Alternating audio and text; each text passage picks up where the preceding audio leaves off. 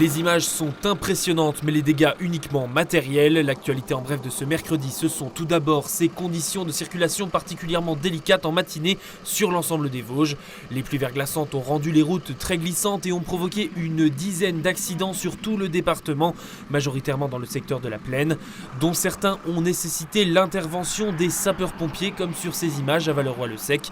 Un automobiliste de 75 ans qui venait de Tuilière et se dirigeait vers Vittel peu avant 10h a glissé sur une plaque de verglas à la sortie d'un virage. L'homme a perdu le contrôle de son véhicule qui s'est retrouvé immobilisé sur le toit en contrebas de la route.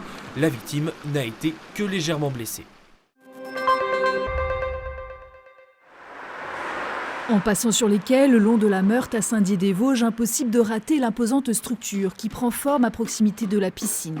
L'ossature métallique du futur cinéma donne l'idée du volume du bâtiment dont l'inauguration est espérée pour le mois de mai.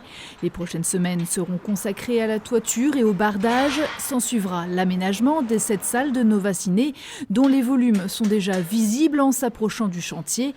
Un investissement de 6 millions d'euros. L'Empire et ses 4 salles désuètes n'en a donc plus que pour quelques mois.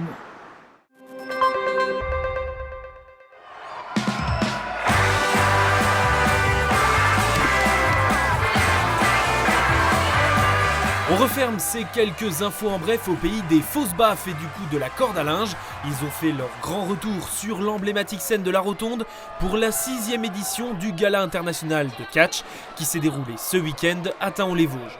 Pendant près de 3 heures, 18 catcheurs combattants se sont affrontés. Parmi eux des têtes bien connues du grand public telles que Scott Ryder ou encore la Vosgienne et championne de France par équipe Bella Athena.